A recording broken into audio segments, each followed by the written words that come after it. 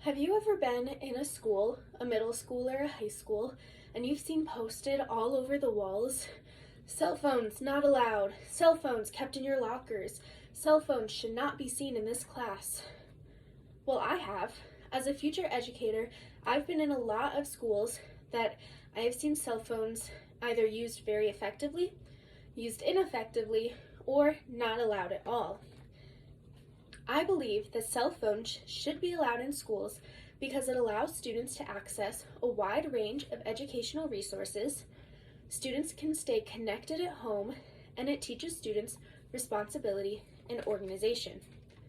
So to begin, allowing students to have cell phones in school allows them to access a wide range of educational resources.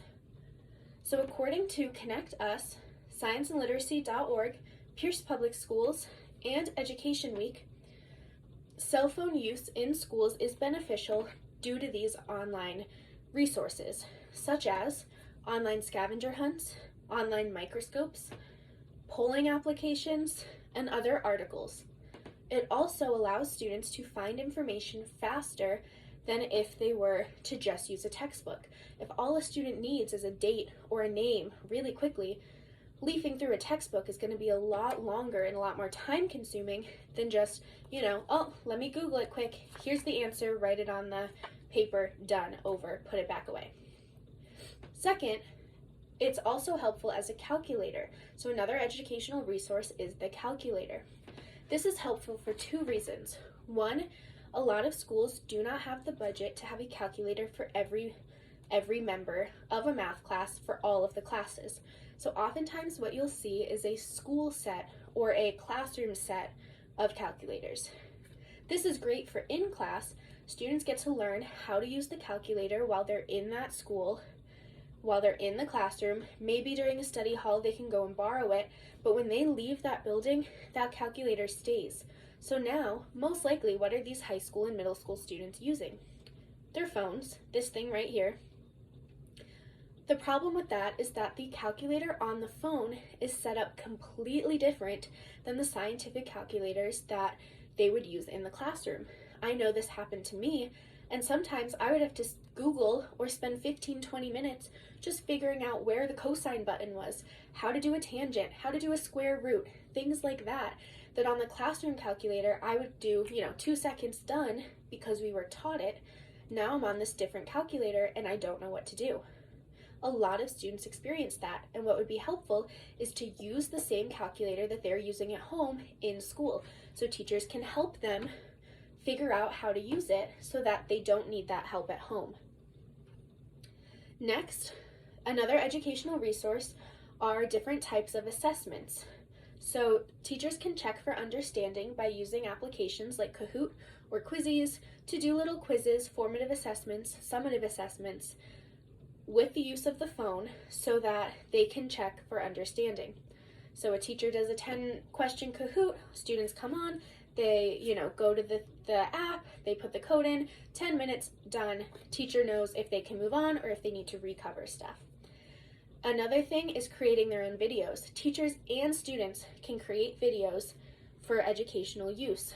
So a student can do a homework assignment that's creating a video or an in-class assignment, and then the teacher can check for understanding that way.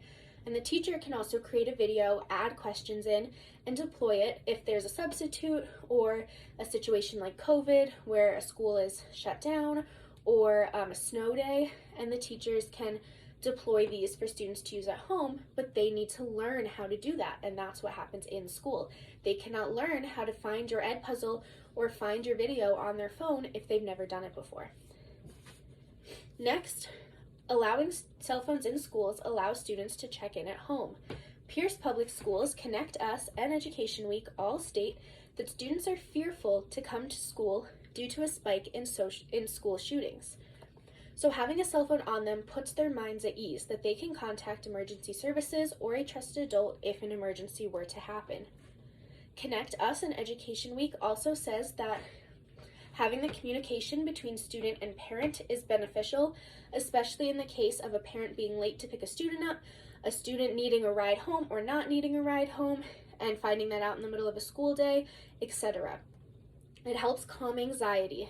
So if a student were to know that mom's supposed to pick me up at 11 o'clock for a doctor's appointment and it's 11:05, that student starts the what if, what if, what ifs. What if she got in a car accident? What if something happened? What if this? What if that? What if mom could just text him and say, hey Johnny, I'm going to be 10 minutes late, I'm stuck in traffic.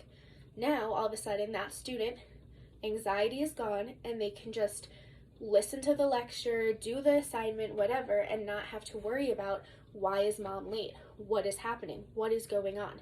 With just a simple text.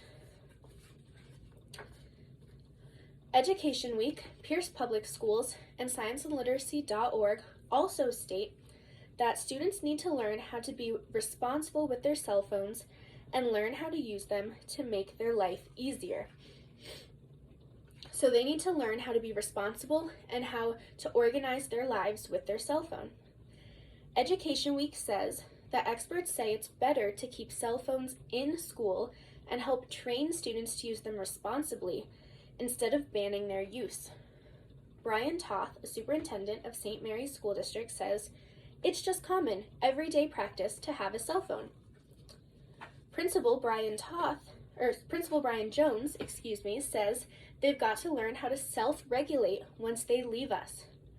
So once a student leaves the building, they're going out to jobs, they're going to college, and they need to learn how to thrive with a cell phone when they're not as regulated or not as babied as they are in high school or middle school.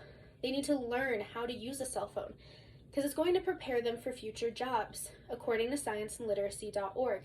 So both in the way of being responsible with a cell phone so you can do your job effectively, and just knowing the technology and being more knowledgeable about how to use technology that is being integrated into jobs more and more each day. Cell phones also teach students how to organize. So scienceandliteracy.org mentions teaching students how to set reminders and keep track of assignments on their phones. So if they teach students how to use an app or something like that to keep track of their assignments and encourages them to take out their phones and plug their assignments in each day, it can help them keep track of their assignments. Pierce Public Schools also brings up the point of Google Classroom, that Google Classroom is available on mobile devices, and from my personal experience, you are always going to hear, I don't have my Chromebook charger, I don't have my Chromebook's dead, etc. Most likely you're never going to hear, I forgot my cell phone at home. So if a Chromebook is forgotten or dead, then they can just use their cell phone. And now I know what you're thinking. Okay, well these are all great things, but there's still a whole list of negatives. I understand. Cell phones can be distracting, cyberbullying can be a problem, and also it's more work for the teacher to teach students how to use cell phones responsibly.